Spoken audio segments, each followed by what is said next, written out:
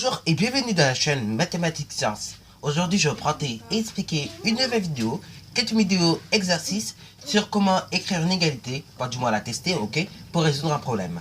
Alors donc là il s'agit d'un problème sur la vente en ligne et on dit donc que sur un site de vente en ligne, une créatrice vend des bijoux fantasy et donc elle propose des bracelets à 10 € l'unité et des colliers à 12 € l'unité. On dit également que tous ces bijoux représentent un montant de 742 €. On note B le nombre de bracelets et C le nombre de colliers.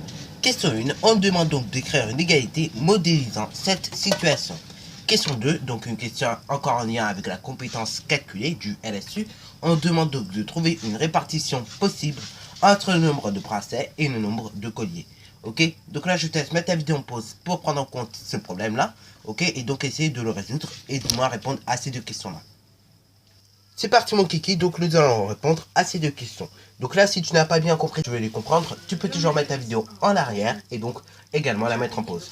Sur ce donc, nous allons corriger ces deux questions et donc voir comment on peut résoudre un problème, du moins en mettant donc les choses correctement.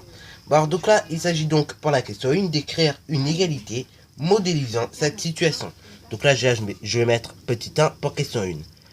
Et donc là, l'égalité que l'on peut écrire pour cette situation, déjà, c'est 742. Ok, on écrira donc 742, ok, dans le membre de droite, ok. Tu peux également l'écrire dans le membre de gauche, mais moi je préfère l'écrire dans le membre de droite, ok. Bon, après donc, nous allons mettre déjà des B, ok, pour le nombre de bracelets, plus des C pour le nombre de colliers, ok. Voilà. Maintenant, qu'est-ce que nous allons mettre avec les B et avec les C, parce que tu te rends compte que j'ai essayé des gros espaces comme ça. Et oui, nous allons mettre le prix, ok. Donc du coup, on va mettre 10B, ok, qui est égal à 12C, ok. Bon, en gros, si je reviens donc à la langue française, parce que bon, c'est vrai qu'il est mieux quand même de voir d'abord en langue française et après donc d'écrire l'égalité, mais là je vais faire un peu l'inverse.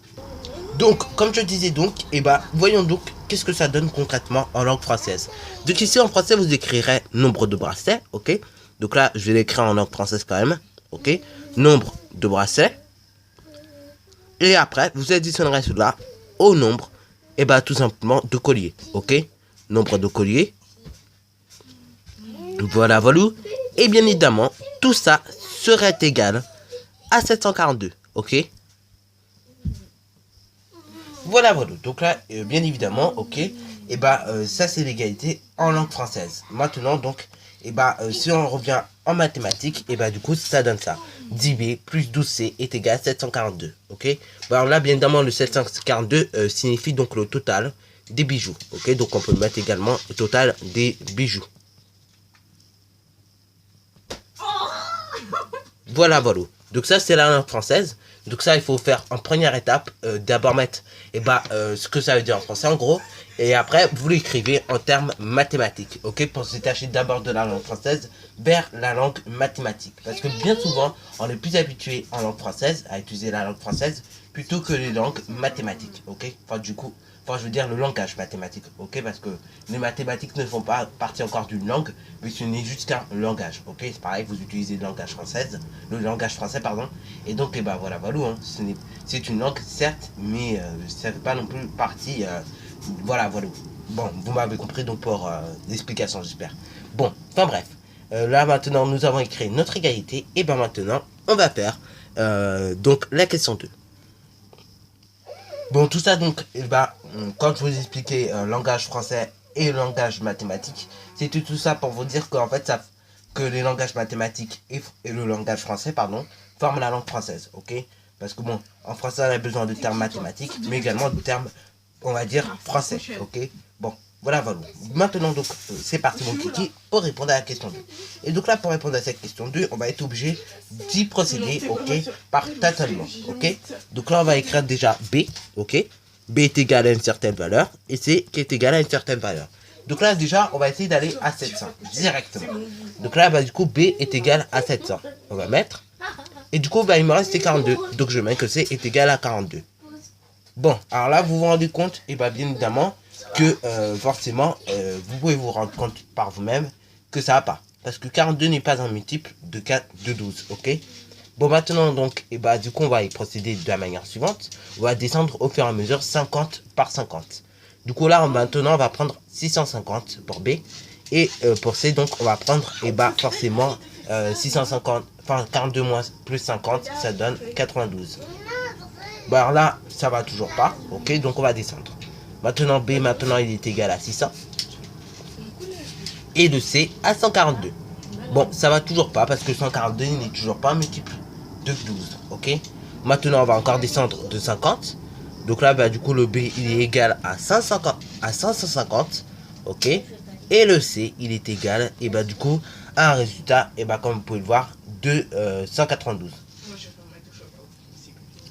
Donc là pour l'instant pour nos tests on va s'arrêter là. Parce que là il y a un truc quand même qui est intéressant. C'est que là bah du coup tout simplement on vient de trouver et bah les valeurs de nos inconnus. Enfin du moins une proposition de valeurs inconnues, ok. Donc là, et bah du coup, le B, et bah il pourrait être égal à 550, ok. Puisque bah 55 multiplié par 10, ça fait bien 550. Et du coup, bah 192, c'est un multiple de 12, ok. Puisque bah 192 divisé par 12, ok. Ça fait donc un résultat de 16. Puisque cette fois 16 multiplié par 12, et bah ça fait donc 192, ok. Donc bon, tu vois qu'on retombe au final dans nos clous, ok. Donc là, on pourra bien prendre pour B 550, ok. Et pour C, 192. Ce qui voudrait dire, on multiplierait donc et bah, 12 par 16, ok. Et on multiplierait donc 10 par 55. C'est parti donc pour écrire la nouvelle égalité.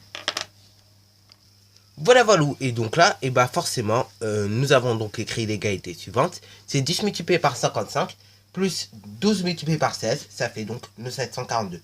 Alors donc là, je ne sais pas si tu as remarqué, mais en fait, plus qu'on diminuait chez les B, ok, donc on diminue, voilà, voilà, plus qu'on a augmenté chez les C. Alors là, c'est normal, ok. Donc là, pourquoi on a augmenté chez les C et pourquoi on diminue chez les B?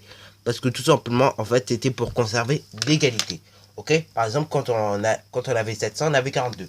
Après, donc, et ben, quand on descendait à 650, et ben là, forcément, on mettait à 92, ok, etc., etc., ok. Bon, alors là, j'ai peut-être fait à l'envers mes flèches. J'aurais dû peut-être les faire dans ce sens-là et l'autre dans ce sens-là. Mais c'est pas très grave. Je vais quand même vous montrer et bah, du coup la chose. Ok.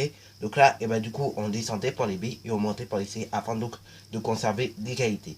Alors donc là, ça, si tu veux, c'est une approche de comment on résout une équation. Ok. Bon, après, donc on verra en troisième que voilà. Si tu fais une addition à droite, tu fais une addition à gauche. Ok. Etc. Etc. Mais ça, c'est des techniques qu'on va développer au fur et à mesure, mais qu'en classe de troisième, ok. Ça, on ne développera pas ça en quatrième, parce qu'en quatrième, malheureusement, tu n'es pas encore apte à résoudre des équations, ok. Enfin, généralement en tout cas. Bon, voilà, voilà. Donc là, et bah, du coup, notre égalité est la suivante. Et du coup, bah, on pourrait peut-être écrire une petite phrase réponse quand même pour justifier le fait, ok, de cette répartition. Voilà, voilà, donc la petite phrase que j'ai mis quand même, afin donc bah, quand même de rétablir un peu le français. Et donc, c'est pas parce qu'on est en mathématiques qu'il faut pas faire un peu français. Et donc, pas mettre de phrase. Donc là, moi, ma phrase que j'ai mis, elle est assez courte. Hein. Et bien sûr, on aurait pu mieux la former que ça. Mais bon, moi, j'ai décidé de la former de cette manière-là. Mais après, vous n'êtes pas obligé de la former de cette manière-là, bien évidemment. Donc là, moi, j'ai mis tout simplement, il y a 55 bracelets et 16 colliers pour 742 €. Ok. Bon, voilà, voilà. On aurait pu également mettre pour 742 €. Du coup, il y aura tant bracelets, ok. Donc 55 bracelets et 16 colliers, ok. Bon, alors là, moi, je me suis senti fait à vide dans ma phrase, mais bien évidemment, on aurait pu la tourner autrement. Bon, voilà, voilà. Sur ce, donc, si j'ai la fin de cette vidéo, alors si tu as bien aimé, n'hésite surtout pas à liker, à commenter, et bonne réussite à toi en mathématiques et en sciences. Et je te rappelle que d'ailleurs, donc, dans 12 jours, il y a une éclipse totale de lune, ok. Donc, si tu as envie de la voir, ce sera au crépuscule, ok. Et donc, bah, ce sera très intéressant de la voir, ok. Bien sûr, tu peux pas l'avoir avec tes yeux nus, sinon bah, tu risques de te faire mal aux yeux, ok, et de devenir aveugle. Donc, il faut des lunettes un peu spécialisées, ok.